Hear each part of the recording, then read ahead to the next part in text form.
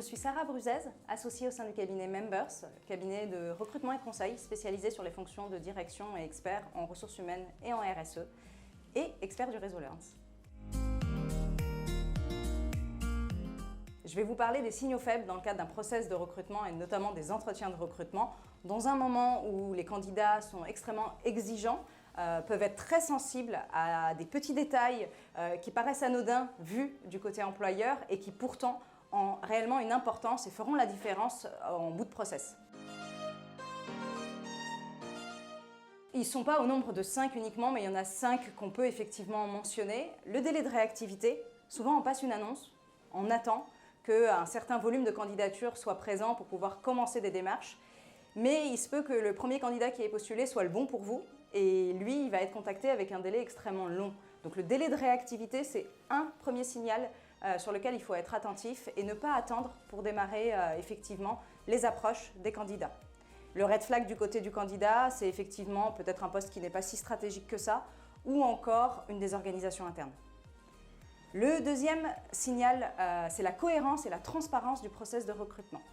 C'est-à-dire, il faut annoncer effectivement les étapes du process de recrutement et ne pas changer ces étapes en cours de route. Un cas pratique qui se rajoute en cours de process qui n'avait pas été annoncé peut envoyer un message déstabilisant pour le candidat, même si ce n'est pas l'intention première, mais effectivement peut lui faire ressentir qu'il a été en difficulté pendant un entretien et qu'il s'agit de revalider peut-être la cohérence de ses compétences. Le changement d'interlocuteur en cours de route, toujours dans ce côté transparence et cohérence.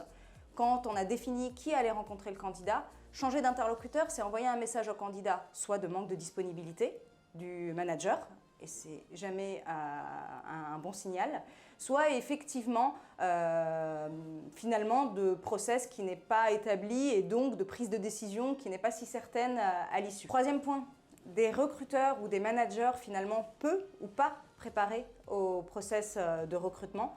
Donc du coup, des entretiens finalement qui se répètent. Le candidat a l'impression de revivre constamment le même entretien, sans éléments complémentaires sur la fiche de poste, sans le sentiment d'être évalué. Et c'est important pour un candidat de se sentir évalué finalement. Donc il s'agit aussi qu'il y ait une évolution dans le process de recrutement et dans les échanges. Ça, c'est un point à préparer avec une communication pendant le process entre les différentes personnes qui sont concernées pour pouvoir appuyer des éléments clés, réaffirmer peut-être des éléments du parcours et en tout cas faire avancer le process réellement dans son évaluation et dans les informations partagées avec le candidat. Quatrième point, dans une démarche de recrutement, on a envie parfois d'aller vite parce que le recrutement est urgent, mais il s'agit aussi de communiquer de la bonne façon et au bon moment avec le candidat. Envoyer un message pour confirmer un entretien de recrutement en dehors des heures classiques. Du côté du candidat, le red flag qui va s'allumer, c'est équilibre, vie privée, vie pro, déconnexion dans cette entreprise et finalement peut-être pas si sain qu'il y paraissait. Donc c'est un point important, même si on veut aller vite, de prendre le temps de faire les choses correctement.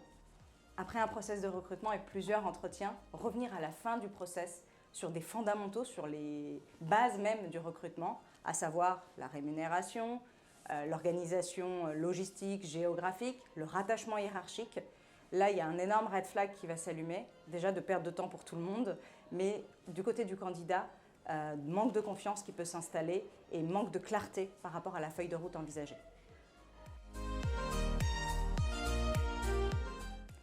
Anticiper, vraiment anticiper. On a tendance à recruter en urgence. Un recrutement est toujours urgent par définition. Donc anticiper, poser les choses, poser les étapes. Prenez un moment pour réunir tous les interlocuteurs sur ce recrutement, managers, RH et autres, et du coup structurer vraiment l'approche pour que le candidat sente cette fluidité, petit à petit se sente de plus en plus embarqué par le projet que vous lui proposez et ne soit pas surpris en cours de process par un élément qui va le mettre mal à l'aise. Le point important, c'est de le sentir aussi. On peut toujours se tromper dans un process de recrutement.